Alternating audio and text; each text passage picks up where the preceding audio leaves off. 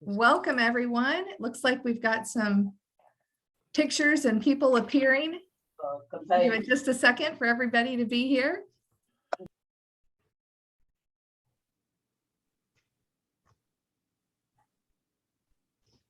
Terrific.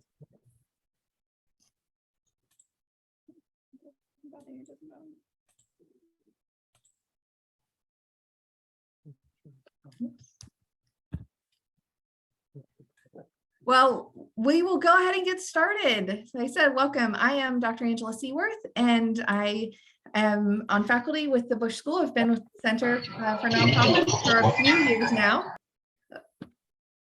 And we have a lot of our center staff with us today too. So I want to shout out and thank them. We've got Nicole and Alyssa, Rebecca and Denise and Dr. Brown. So those are the ones I've seen so far. So, please see them, find them in your Brady Bunch screen, and make sure you get to know them so you can ask questions and we can help you with the needs of your organization.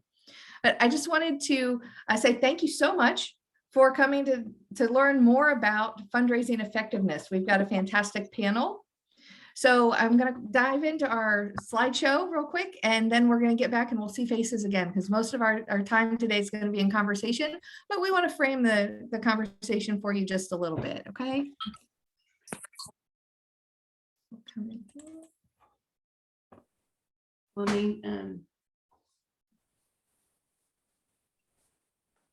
So are we seeing the slideshow? Can I get a thumbs up from somebody? Make sure. See one We're seeing screen? your presenter view. Oh, that's why. That should be better. Good job. Thank you, Kirk. So as you see, we have 3 people with us. I'm going to give them grand introductions in a moment, as they deserve. But I wanted to make sure any of you who are at the center, that if you know, make sure you know a little bit more about us. You see our mission here. We're founded about 5 years ago now. It's coming on 5 years, and we believe that nonprofits are instrumental in creating opportunities for all, but really instrumental through society. We focus on leadership, governance, engagement of stakeholders, and that's including effective fundraising as a piece of that, strategic human capital. So those are the areas that we're really thinking about right now. And you can see we have some of the variety of educational opportunities from our master's degree and graduate certificates, but we also have continuing education opportunities now. So fundraising, social justice, and nonprofits. So just in case you're new with us, we want to make sure you know how you can get engaged. We also have a lot of resources online, and this webinar will be posted. It usually takes a couple days, but we also post it online, and I'll have a link toward that toward the end for you. So fundraising effectiveness. Why do we care about it? I'm going to let that sit in, because you notice I didn't say efficiency. We're going to talk about why that matters.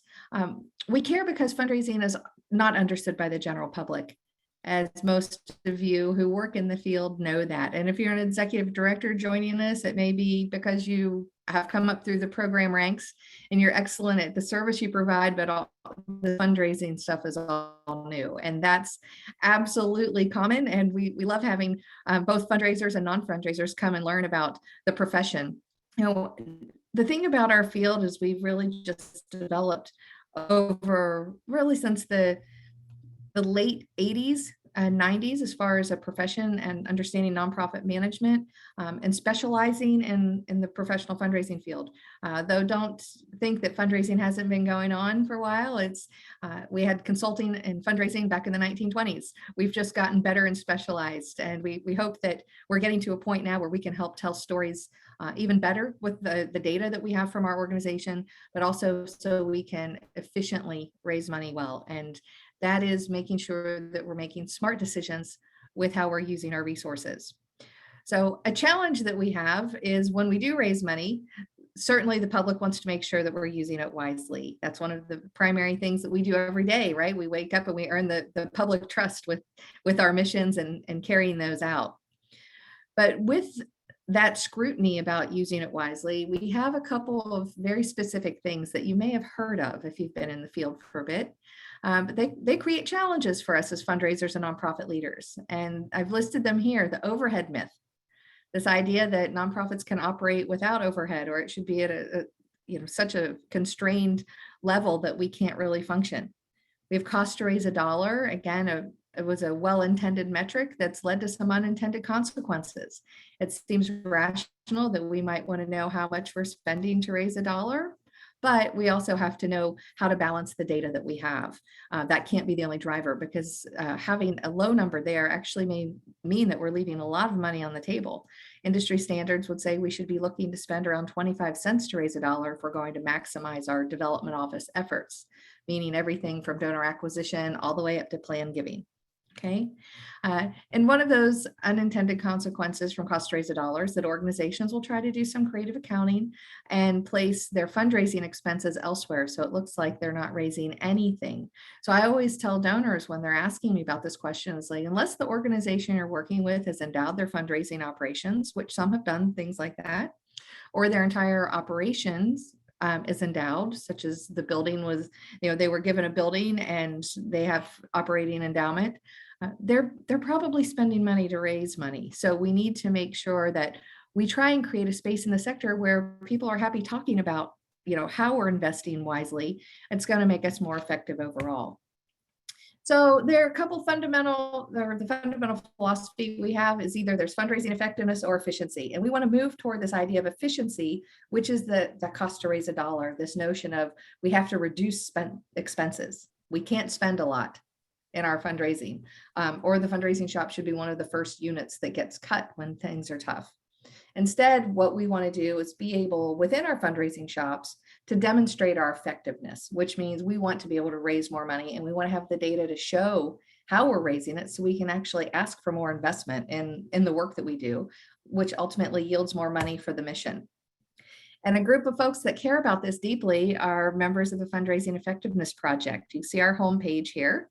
And I'm really honored to be a part of this group and to be able to work with the leaders that we have involved. This project was actually established in 2006, and we're part of the AFP Foundation now. So the Association for Fundraising Professionals, for those of you who aren't as familiar with AFP. So it was actually a combined effort in its founding between AFP and the Center on Nonprofits and Philanthropy at Urban Institute. We still enjoy a partnership there. And the original goal was to conduct research on fundraising effectiveness and just to make sure that nonprofit organizations are going to increase their fundraising results at a faster pace, trying to get to this idea of moving from 2% of GDP to get our giving at 3% of GDP. Some of you may have heard that as a goal. So all the work that we do through the Fundraising Effectiveness Project is actually free, and it's online through the AFP website, and we're going to give you some links to that, but we have some tools that we're developing.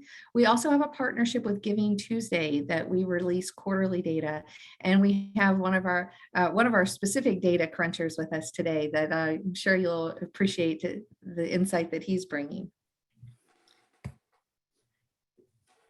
I just wanted to give you a quick snapshot of one of the tools. We actually have two of them. This is the fundraising fitness test, where you can actually extract your own organization's data and calculate your information compared to others who are completing it. So I know that looks a little overwhelming on a slide without explanation, but that's for another day. That you can see it online, but I wanted to see the tool. It's actually very easy to use. And the other is the Fundraising Net Analyzer. And the three of my colleagues joining me on the call today, we all care deeply about this idea that we're trying to actually maximize our net revenue from fundraising, and we want to use activity-based management.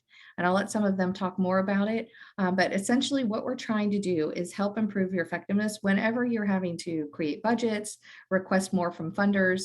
We want to be able to move from that, how can we cut the fundraising budget mentality to let's raise enough money to fund our programs, plus being responsible and have a responsible balance of risk to find a real healthy fundraising program. Mm-hmm. So now I would like to introduce our three guests. And so we have James Greenfield with us. and Michael Buckley and Kirk. And I'm going to ask all of them to come on.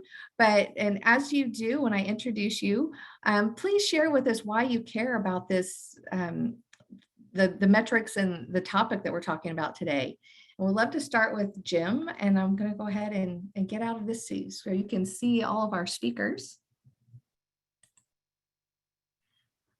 You probably have heard of James Greenfield. If you have been working in the nonprofit sector for a while, he has written over 10 books, more than 40 articles, and he's an ACFRE, and we're just delighted to have him. He's one of sort of the founders of our profession. And Jim, would you tell us a little bit about why you wanted to be here today and why you care about the topic and what we should be thinking about?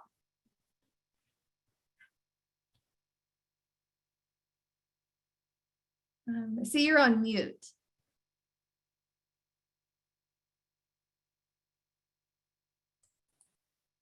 There, is that better? Well, thank you, Angela. I got involved with this back in the 1970s. And part of the way I got involved was that we were starting a new fundraising program at a hospital, and we wanted to create a $100 club for donors. And we evaluated several different mailing lists, and we conducted a test to see whether or not the concept of $100 would actually be successful. So we wanted to track in terms of each of the lists, how many responded to each invitation and what was the average gift. What was fascinating about it was that the average gift ended up being more than 100. And we were getting 3 and 4% return on a first-time acquisition mailing, which at the time we didn't know it to the extent we do now, but that was a fantastic response.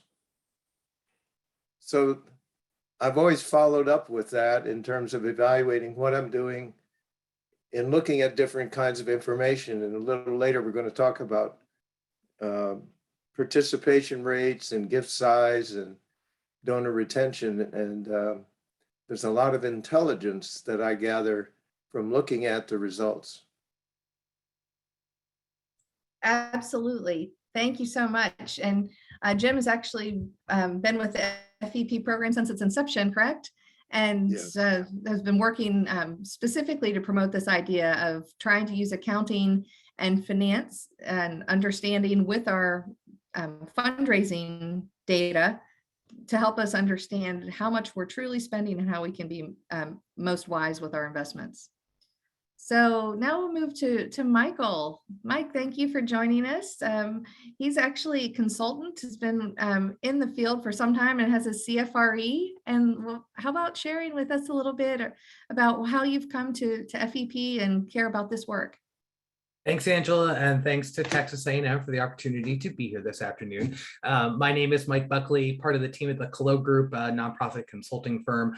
I'm a proud career-long professional fundraiser, and I actually started as a student phone-a-thon caller. In the interest of full disclosure, just looking to make a little bit of money to go on a really good spring break trip, and here I am. So I'm sure, like many of you, my career has gone exactly the way I thought it would go. But I was a practitioner, if you will, before jumping into consulting. And what got me excited and intrigued about FEP and the data was that I felt like too many times we were just talking about how we need to raise more money. And we know we need to raise more money, but we weren't really always making the best business decisions behind it. So part of my love of FEP is helping organizations really do a better job at managing how they do fundraising and looking at those metrics inside that can ultimately grow to bigger gifts. Thank you. And Mike's just joined us with FEP, and we're delighted to have you. I'm excited to work with you on this project.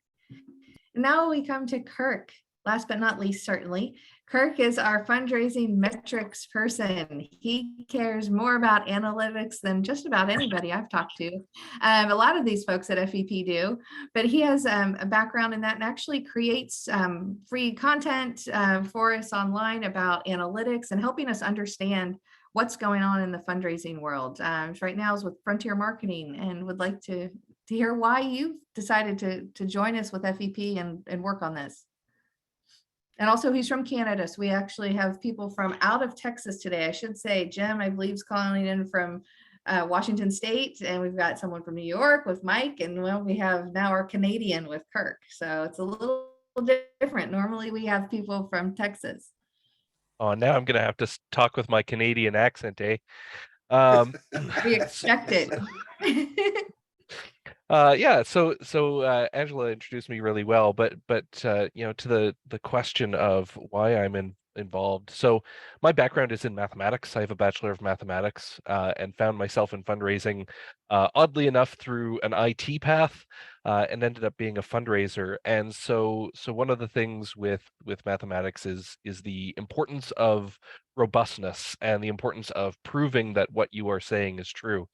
And so I really have come into the charity world, really trying to help improve how we measure, help improve how we interpret it, and to better understand how everything works together, and how things can kind of go different ways depending on what metrics you're using and how you're interpreting them. So um, FEP is a really good opportunity to work in some of that, for lack of a better term, evangelization of metrics and analytics, and how important it is to how we fundraise going forward. Thank you. Absolutely. Any of us who's been a fundraiser and worked out in the field, we know that we're asked very consistently to talk to our board, our team, our donors about how much we're raising, how we're raising it, how can we raise more, with emphasis on that last piece, and how can we raise more without spending more, which is my favorite question. So let's dig into some of the data. I mean, and from the panel, I'd love to hear your perspective. Do you think the data that we easily have access to in most of our shops, regardless of whether we have a basic database or one of the most expensive ones, they provide us with some common data? Do you think that data can be used to help us understand if we're doing a better job in our shops? And so we're not just relying on the we raised more than last year metric? And can you tell us maybe how you like to use those, use that data, if you think it, or do we have to go deeper than our basic database? If you don't aim at one of us, we won't know which should reply.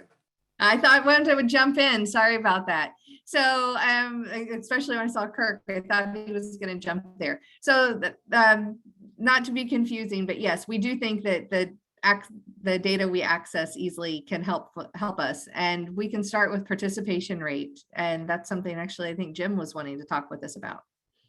Oh, exactly, and it's a way of easily looking at our data, because we have all sorts of information, and I find some rather interesting details as well. But let me start with a definition of how we do the math, which I find is helpful. The number of replies received as a percentage of all who were invited to participate. So you divide the total donors by the total solicited and multiply by 100 to get a percent. Now, in some instances, to say, well, there was a 2% rate of return on a first-time acquisition mailing may not sound very good to someone who's not aware. But if the percent rate of participation, as I mentioned earlier about the hospital testing, was 4%, right today, we would consider that to be quite successful. And the fact that it was $100 average was even more significant. But I find a lot of interesting details about studying the responses of the audience in participation, as well as how many participated. For example, how quickly did they reply? You know, we send out things normally 60, 70% responses, depending on what it was about, come back fairly quickly, but not always. And how long does the trail kind of keep hot? Second, how did they choose to make their gift? This is a clue of a different type. Was it a credit card or a debit card or a check or by phone or on the internet? And that can give you some clue as to how they prefer to communicate with you, and you should be using that medium. I also find it fascinating to study the amount people choose to make the gift. We offer them a selection usually, but sometimes you get some really odd numbers. One of the things that we know about mail, generally speaking, or has been true, is if you send out an acquisition mailing and you offer an invitation to begin giving at $25 or $50 or $100, all the ants will congregate around the lowest number. We've always found that to be true. So my philosophy is, let's start at 100 and find the people who can help us do much more. Response rates can be very different based on how many medium are you using in your multi-marketing strategy. So you're not going to get a singular rate if everything was dependent on your internet communication with whatever list you were using, compared with other donor lists, for example, a benefit event that's been going on for years and has a very sincere following. Participation rates also can vary at different times of the year. Most of us are well aware that there's high volume at the end of the year, but are there any other dates your donors respond to you that is an indication, for example, springtime or around April 15th? Or because lots of academic institutions use June 30th as an academic and fiscal year end, what's the response rate around that? Hospitals have a September date. In my view, because I worked in hospitals for many years, was if you hadn't met goal by the end of July, August was pretty dead. And so you didn't have much time left. Lastly, something about the solicitation message. Was this a first-time acquisition, or was it a renewal mailing to current donors? Or was it a reminder about an annual participation in an event or something else? It makes a good deal of difference. Events always make you hold your breath and hope you're going to sell out the house. And there's always got to be room for you're trying to breathe at the last minute and you still got 2 tables to go. I think the rest of the kinds of things one of my colleagues will talk about next is the actual rate in terms of gift size. So I'll turn it back over to you. And Mike, do you want to share a little bit about the average gift and gift size for us? Yeah, so I think everyone, and this actually would be an interesting thing to talk about at our next FET meeting. I think everyone who's involved with FET probably has their favorite metric, and the one we nerd out about the most. And for me, it's average gift, which you can be average gift or median gift, but I think organizations sometimes just throw everything out and hope for the best. And when we get back our gift, we get back gifts from donors and we make our goal, we can take to Jim's point, a deep breath and a sigh of relief. But I always encourage organizations to look at average gift. And you can really nerd out and get really specific and look at average gift via direct mail or average gift via giving levels or whatnot. But as a good first general goal, just look at average gift, and it should be increasing over time. Your organization should see the average gift to it coming in the door increasing. And the one way that you make sure that it's always increasing is that you're always asking for an increased gift. When we were pre-gaming this conversation I was sharing, I'm always amazed at the number of nonprofit organizations that feel like they can't ask for more. And I think the secret is we can ask for more. It's up to the donor to give it. But as long as we've got a good, strong case, always be asking for an increased gift based off of what they had previously given to you, because your organization ultimately is worthy. And before I hand it over to Kirk, I'll just add, I'm sure Kirk will talk about this too, to Jim's point, organizations go through the same cycle year after year, and your data really allows you to see when is a good time for giving. I was working in animal welfare before I jumped into consulting and ended up doing a lot of animal welfare work in my consulting practice. And for some reason, the month of March is always the worst month in animal welfare. regardless of how many direct mail pieces you try to send out. March just doesn't work. So use your data to also determine, Angela, to your point about effectiveness, use your data to determine when it is best to actually ask for money. We all follow a pattern, and data can help you define that pattern. Great, thank you. Kirk, I know you follow a lot of these trends with your focus on analytics. You want to help us find the ones that matter. So if you want to add to anything that our other colleagues have shared, and if you could also talk with us a little bit about retention rate and how important that is in our work. Yeah, absolutely. Everything ties together. Looking at one metric and not looking at the others does not help necessarily, because you can get very tunnel visioned and focus on trying to raise one thing at the expense of the other, right? And retention rate is one of those things that can suffer at the expense of other things. So at its surface, what we're doing when we're looking at retention rate is how many donors did you have that were active last year, that gave last year, versus those that are giving this year, or between any 2 years. You want to understand how many people continue to give year after year, and what you get from that is really this illustration of how quickly are you losing donors. Retention rate itself, you can look at it from the highest of levels, but it really is this conglomeration of small subgroups in your database and how they are retained. So kind of as Jim said, there's going to be all of these different ways to solicit, and these different ways will have different average gifts, and they will likely have their own retention rates. You'll likely see, if you do, say, a lot of peer-to-peer fundraising, retention rates tend not to be very high on those, except for the people who actually participate. But the donors who give to those individuals tend not to be retained in general. Direct mail, for example, tends to have a relatively high retention rate. I've seen organizations bring in new donors at 60-70% retention rate with direct mail. So it can depend on the program. And then it also depends on the type of donor. So of course, when you have a new donor, typically your retention rate is very small. If you look at the FEP report, or you look at any other major report in the sector, you'll see that retention rate for new donors tends to be somewhere around 20% or less. And it has been kind of dropping over the last few years.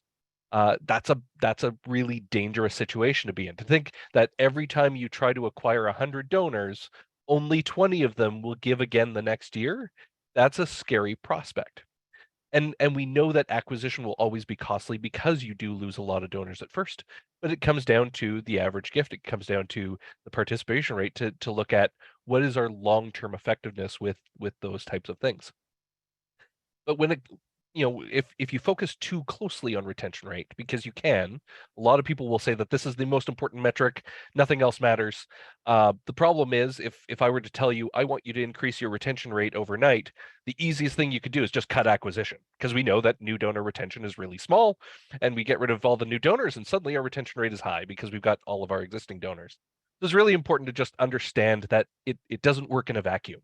It's part of this entire ecosystem. I mean, participation rate, average gift, retention rate, all of them together really do create this picture of how much money is a donor likely going to give over the period of time that they are involved with our organization. And you always want that to be greater than the cost that it is to solicit them.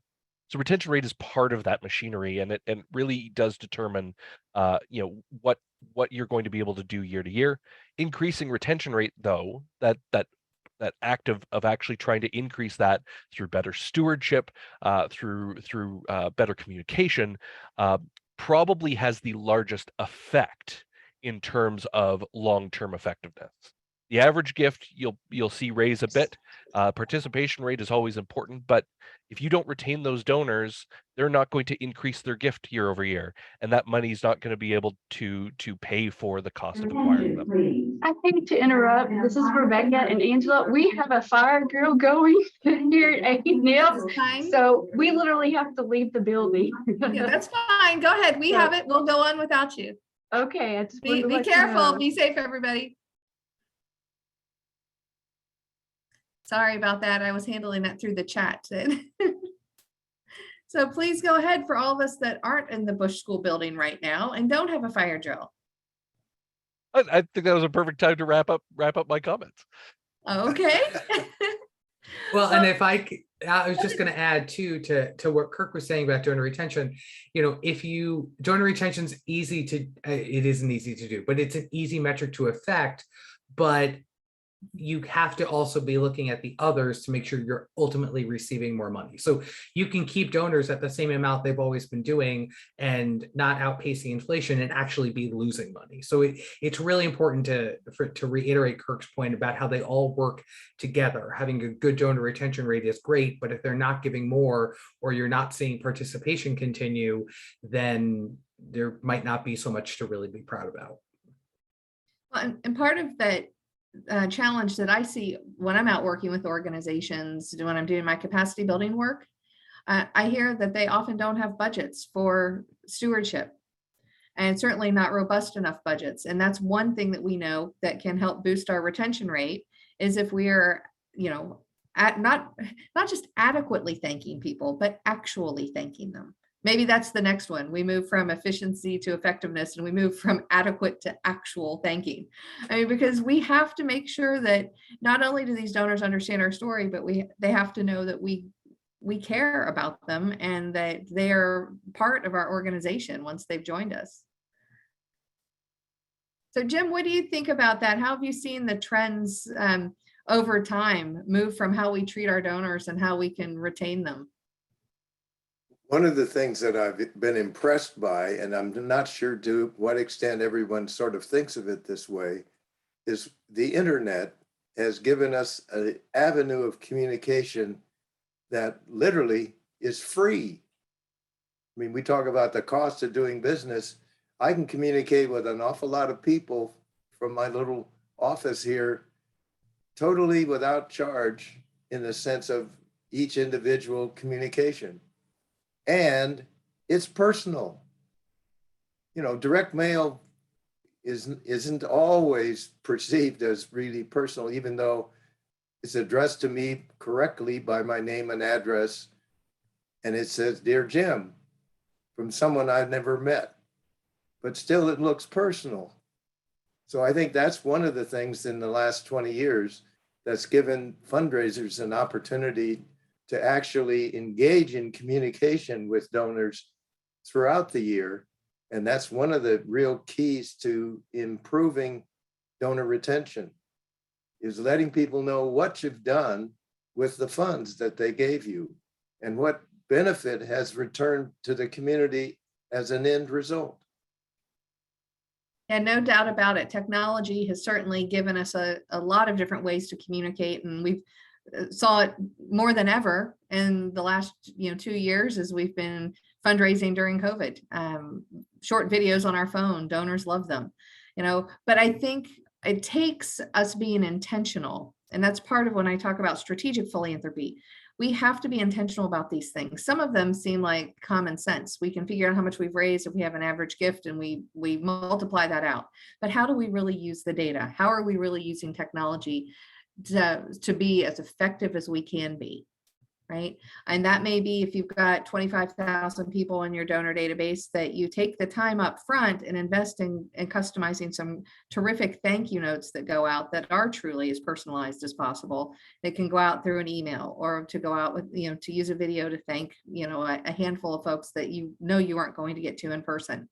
But it takes the intentional planning for us to do it. So from the panel, how do you think we can best use data to help us make decisions on investing in our programs? Do you have some specific tips for us? I can field that a little bit.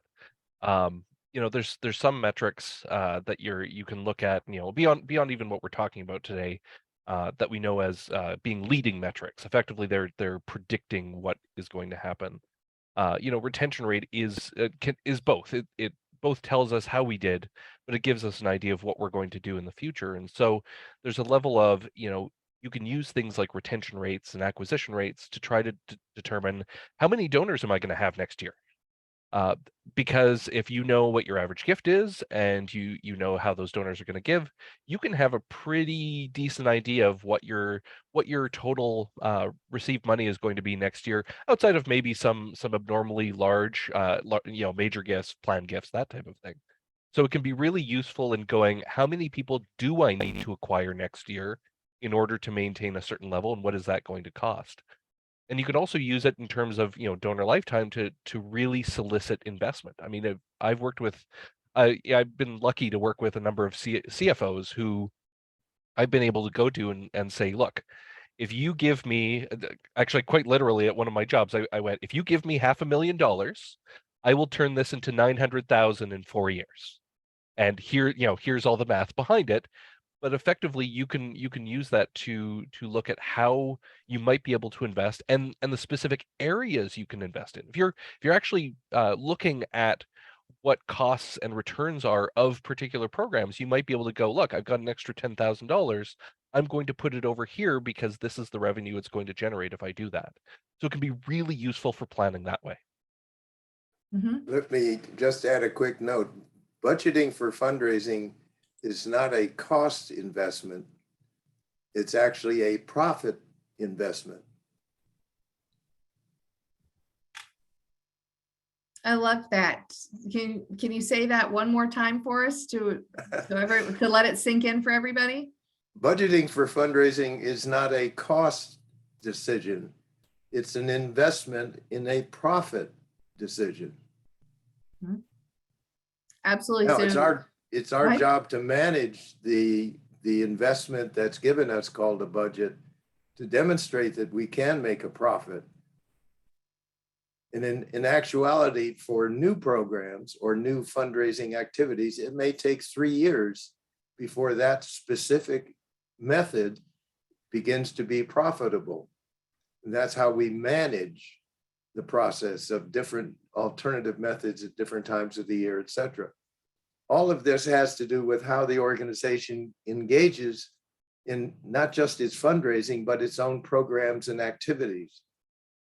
And if there's a new $100 million capital campaign going to start next year, that changes the way you do your whole strategic plan, and your annual giving program is going to suffer because we're going to steal the best volunteers and donors for the campaign for a capital project. that's the reality, right? And then when we talk with annual fund teams about this, we always teach them capital and annual. That's a way of trying to encourage them. But the reality is what Jim just described happens. And the annual fund goes into acquisition mode. It also changes when we're looking at campaigns, whether it's, whether it's a smaller organization and you're doing $1 million campaign, or a big one that's doing 100 million or 1 billion. Our budgets are going to change. Our planning has to change around that, because we're going to spend more money at the early phases of that campaign. If you're doing a 5 to 7 year campaign, your expenses are going to happen the year, in the 2 years before you really launch the campaign and before you go public. The budget has to be able to be flexible, but we also have to be able to reflect that. And when we're talking with the CFO and teams about the budget, to say, okay, we're front loading our expenses on this, but if we do it well and we do it right, then we're going to actually meet goal. And that's where the analytics can come in and help us sometimes when we're making our case. Well, at this point, do we have some questions from anybody? Because we certainly can fill the time, but we'd love to hear questions from anyone who's joined us today, if there's something that is on your mind.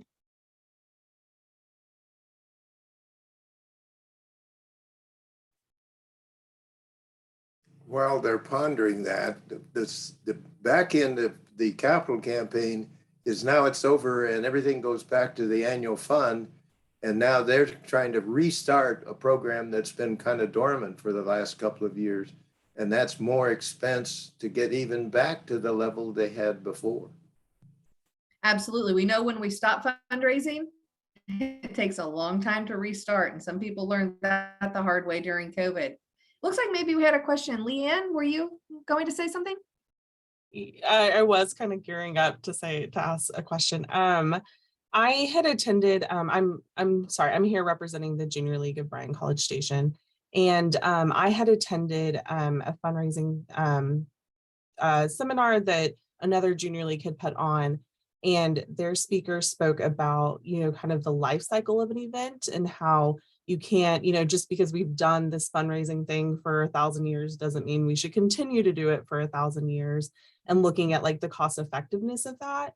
And so I was just wondering, if y'all had any, I'm sure I'm excited about the data resources that y'all are talking about and looking at the website and using those tools. But I also didn't know if y'all had any other kind of like helpful, tidbits of advice for like what kinds of things you should be looking for and trying to determine, if that fundraiser event probably needs to be sunsetted, and looking for other avenues to kind of fill that void. So I'll jump in on that one. I am not an advocate for special events at all. I'm just not a fan, and I hate going to them. In fact, if one of the good things about COVID is I haven't worn a tie in 2.5 years, and not quite sure whether or not I know how to tie a tie anymore. But all joking aside, when it comes to special events, they do have their place.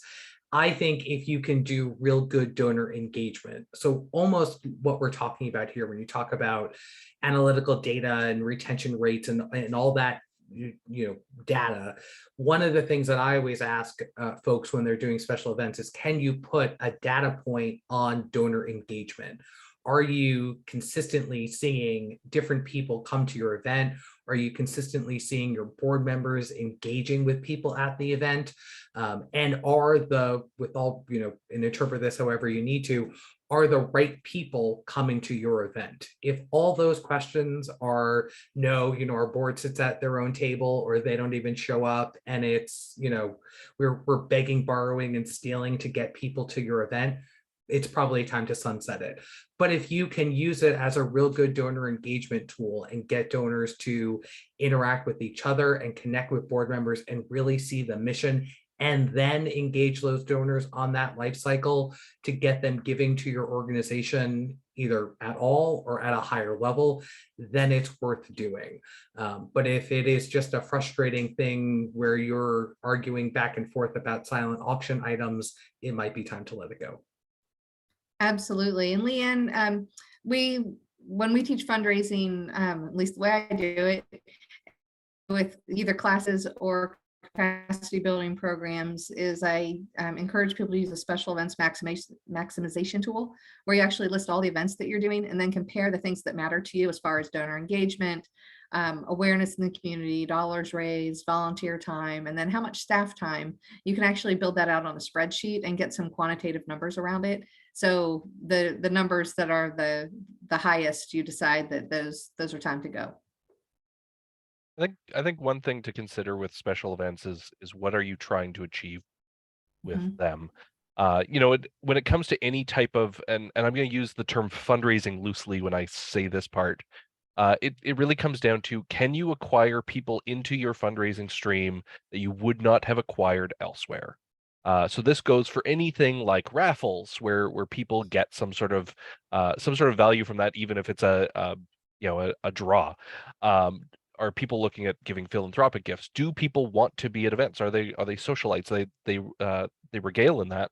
And then what can you do to use that to bring in additional donors in other ways? One thing I would always challenge my special events people is, why are you going after existing donors for sponsorships for this event when you could be going out to the community and using the event to find new sponsors that you can bring into the ecosystem? And can you retain them? Can you bring them through other methods of fundraising afterwards? And so those are all questions you want to ask when you're thinking about the event. If the event isn't bringing in new donors, if it's not, you're not able to retain donors, if you're living very close to cost, or you're even going over on cost, especially when Angela said you're including volunteer time, staff time, all of that, then yeah, maybe it's time to put it on the shelf. But there can be other goals other than strict revenue. You just need to very closely define what those are and measure them. Any other questions?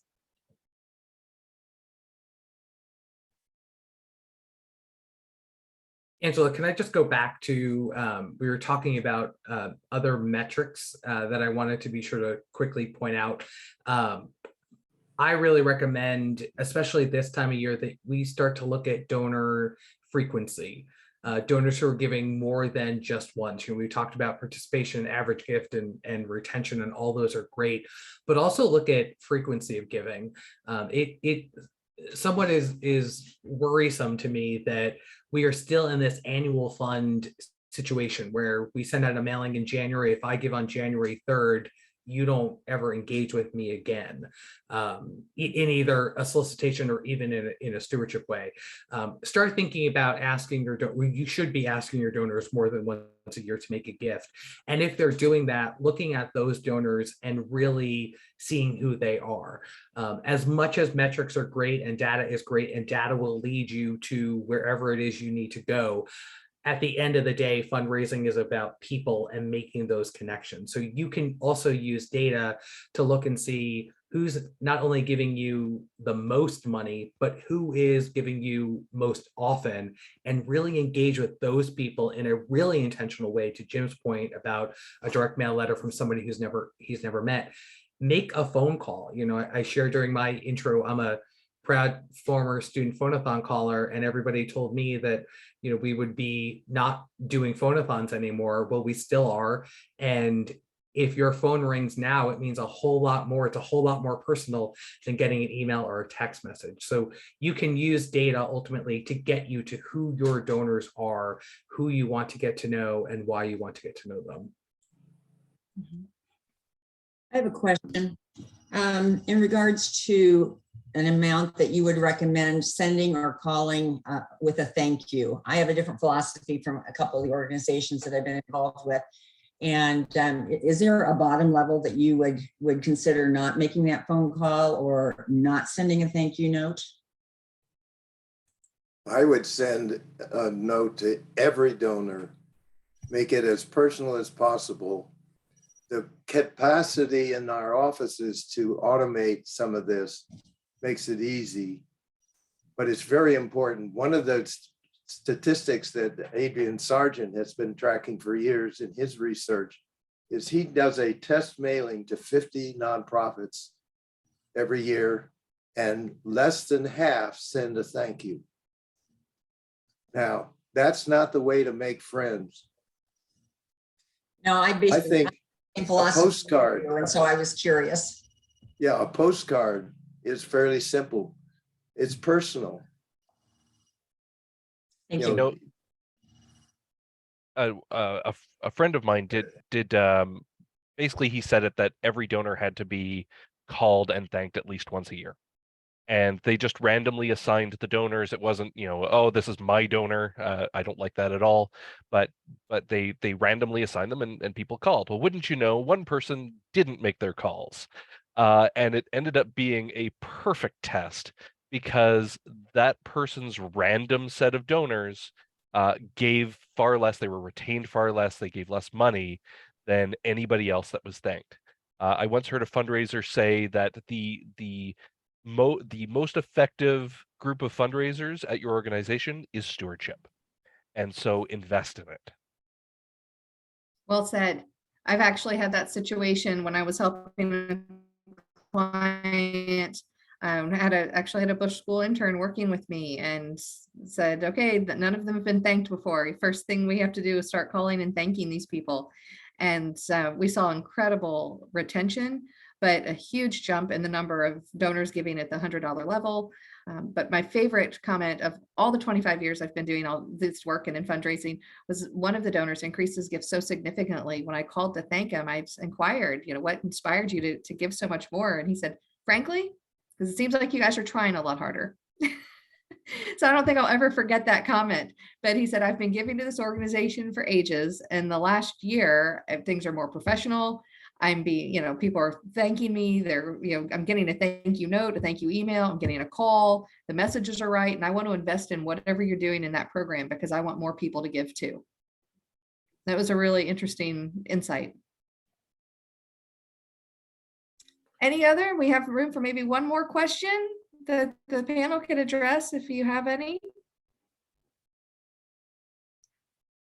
Well, if not, I'd love to close with a question, asking the panel, how would you use this data to help set institutional goals? You know, if somebody is relatively new to fundraising, they've got this database that can provide them with overwhelming amounts of information on their, on their dashboards.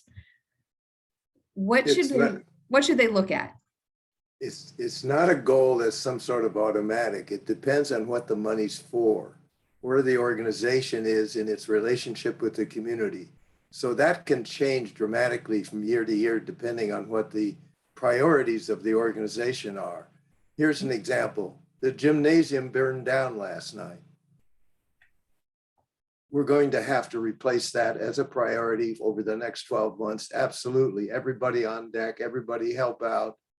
And we're in a basic special capital campaign. It's not just we make up goals because, well, this is kind of fun and here's some good data and let's see what we can do. It has to relate to what the mission is, what the money's for. Absolutely. So for those of you that, like I'm sure all of us on the panel have dealt with at some point in time, if somebody comes in and your boss tells you, well, you're going to increase your annual fund goal by 10% next year. I heard that's an industry standard and they're not giving you any more resources and there's no reason or rationale for it. You have to be able to ask the questions. Okay, what are we raising the money for? So we can actually build a good case statement that's, and have some persuasive talking points about why we're raising the money, but you shouldn't be handed just random percentages. They should be thoughtful, as Jim just suggested. And I think, look at sustainability, and I think data helps us do that. I know a lot of organizations had good years, if you will, in 2020 and 2021 because people were very giving. I'm troubled, to put it mildly, by the number of organizations who are expecting that to continue in 2022 and 2023. So 2019, mentally, physically, emotionally, it feels like it was about 12 decades ago, but it wasn't that long ago.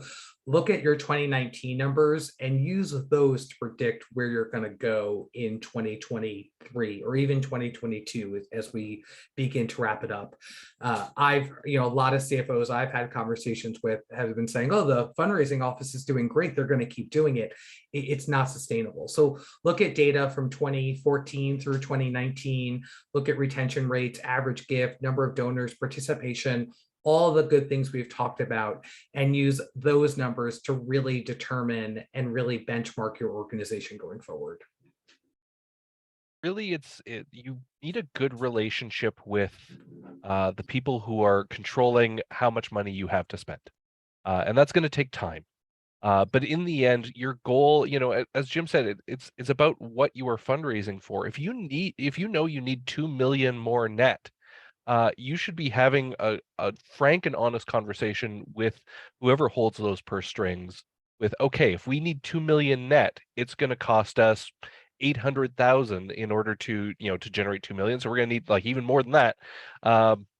This is what it's going to take, and really use it to start planning what are the resources that you need to put in to, as Jim said, to actually invest, and to actually make money off of this, because that's what this is. It's an investment, and it's going to require resources inputted to get resources out of it. That seems like a great time, Kirk, for us to talk and introduce the idea that we are going to have a development and finance symposium. At least that is our intent and plan in September of 2023, to bring chief development officers and chief finance officers together to start solving some of these problems. I'm thrilled to be able to do that again. We are planning to do it at our DC campus so we can reach a lot of folks.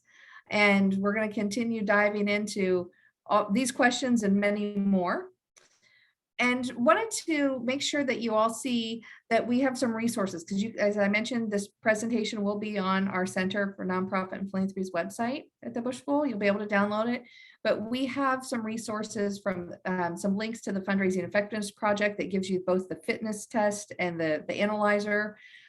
Also, just a link to AFP if you've not, looked at the Association of Fundraising Professionals website. Again, we are part of the foundation now. We're part of their work.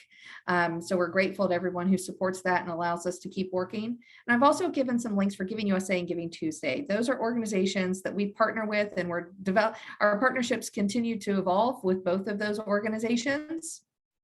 So that is something that we want to make sure that as those partnerships evolve, we want to be able to share that information with you. Giving Tuesday they've been partnering with us for our quarterly reports that come out of FEP, and you can see those quarterly reports online as well on the FEP website. So Giving USA is more of a longitudinal study, and it has been done for nearly 60 years now.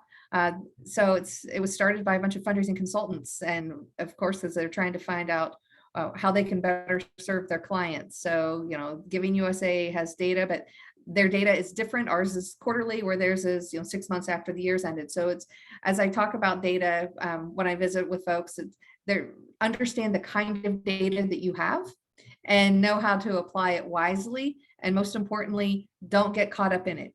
Because development officers, and I bet Jim's going to have a comment about this, but development officers can be very busy crunching numbers and doing all sorts of things in the office and not getting out from behind their desk to ask for a gift, right?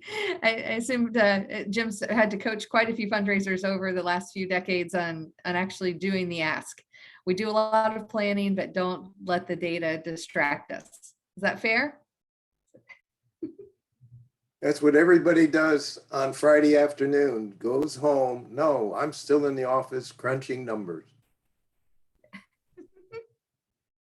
Well, thank you everyone for being with us. Panelists, thank you again for joining us. Like I said, we normally have a group of Texans, and we are thrilled to have people from outside of Texas come and learn about us and what we're trying to do. Don't forget that we, here at our center are happy to help your organizations. Just reach out to us. We've got some board engagement work going on. Dr. Brown's doing that, and we've got an assessment tool that we can do. I like to take it out, and he does the research on the data that we try and collect. How's that? He designs it and does the research, and I like to try and gather the research by doing like strategic planning. We're all working together. Dr. Taylor's doing great social justice work. We've got other professors that care about evaluation, all sorts of things. So please, let us just know that we are here. You can rely on us. We'll do what we can to help you. Anybody from the center have anything you want to add? Oh, yes, Alyssa. Thank you, Angela. Yeah. So Alyssa's reminding everybody to make sure and follow us on social. We're trying to do a much better job of getting our work out. Thank you, Angela, and to the whole panel. I appreciate it. It was a great session, even though we had to step out for a moment there with our little fire drill or whatever that was. But it was a great session. I appreciate it.